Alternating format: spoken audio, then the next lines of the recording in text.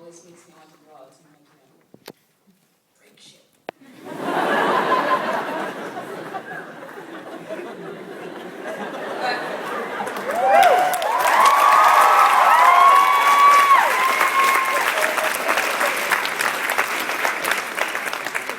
All we need is like a revolution of sorts, and Marge Pearson tells us how to do it. So here goes.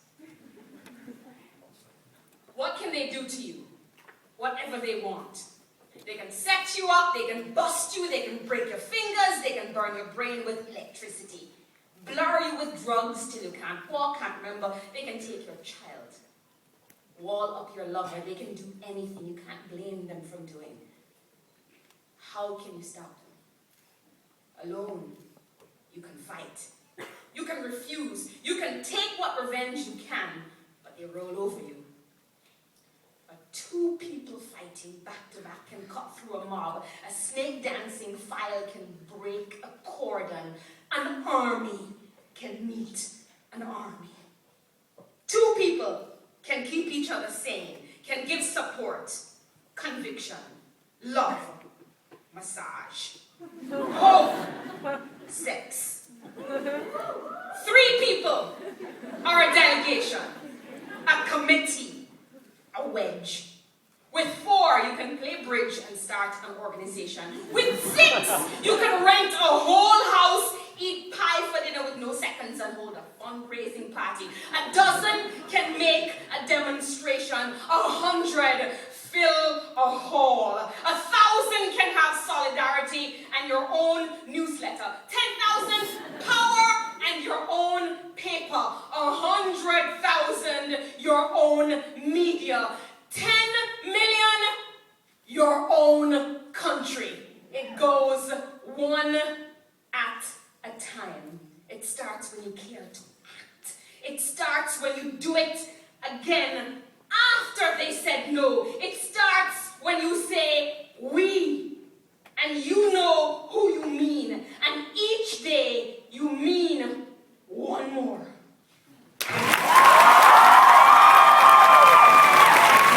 Supposition that the world is topsy-turvy, that things are all wrong, that the wrong people are in jail, and the wrong people are out of jail, that the wrong people are in power, and the wrong people are out of power, that the wealth is distributed in this country and the world in such a way as not to simply require a small reform, but to require a drastic reallocation of wealth. I start from the supposition that we don't have to say too much about this, because all we have to do is think about the state of the world today and realize that things are all upside down. Daniel Berrigan is in jail, a Catholic priest, a poet who opposes the war, and J. Edgar Hoover is free, you see. David Dellinger, who has opposed the war ever since he was this high and who used all of his energy and passion against it, is in danger of going to jail. The men who are responsible for the My Lai massacre are not on trial. They are in Washington serving various functions, primary and subordinate, that have to do with the unleashing of massacres, which surprise them when they occur. If you don't think, if you just listen to TV and read scholarly things, you actually begin to think that things are not so bad, or just that little things are wrong. But you have to get a little detached, and then come back and look at the world, and you're horrified. So we have to start from that supposition, that things are really topsy-turvy. And our topic is topsy-turvy, civil disobedience.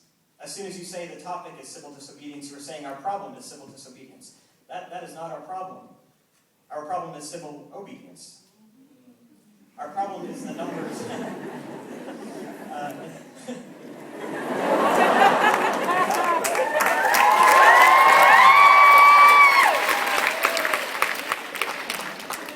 Our problem is the numbers of people all over the world who have obeyed the dictates of the leaders of their government and have gone to war, and millions have been killed because of disobedience. We recognize this for Nazi Germany. We know that the problem there was obedience, that the people obeyed Hitler. People obeyed, that was wrong.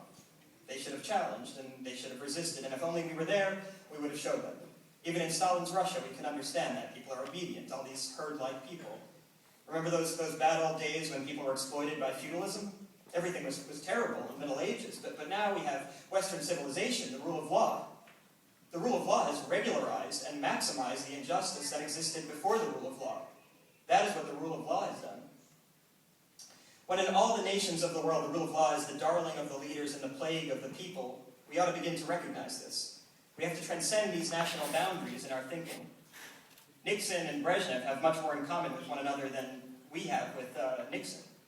J. Edgar Hoover has far more in common with the head of the Soviet secret police than he has with us. It's the international dedication to law and order that binds the leaders of all countries in a comradely bond. That's why we are always surprised when they get together. They smile, they shake hands, they smoke cigars, they really like one another no matter what they say. What we are trying to do, I assume, is really to get back to the principles and aims and the spirit of the Declaration of Independence. This spirit is resistance to illegitimate authority and to forces that deprive people of their liberty and life and right to pursue happiness. And therefore, under these conditions, it urges the right to alter or abolish their current form of government, and the stress had been on abolish. But to establish the principles of the Declaration of Independence, we are going to need to go outside the law, to stop obeying the laws that demand killing, or that allocate wealth in the way it has been done, or that put people in jail for petty technical offenses and keep other people out of jail for enormous crimes. My hope is that this kind of spirit will take place not just in this country, but in other countries, because they all need it. People in all countries need the spirit of disobedience to the state, which is not a metaphysical thing, but a thing of force and wealth. And we need a kind of declaration of interdependence among people in all countries of the world who are striving for the same thing. John is in a basement.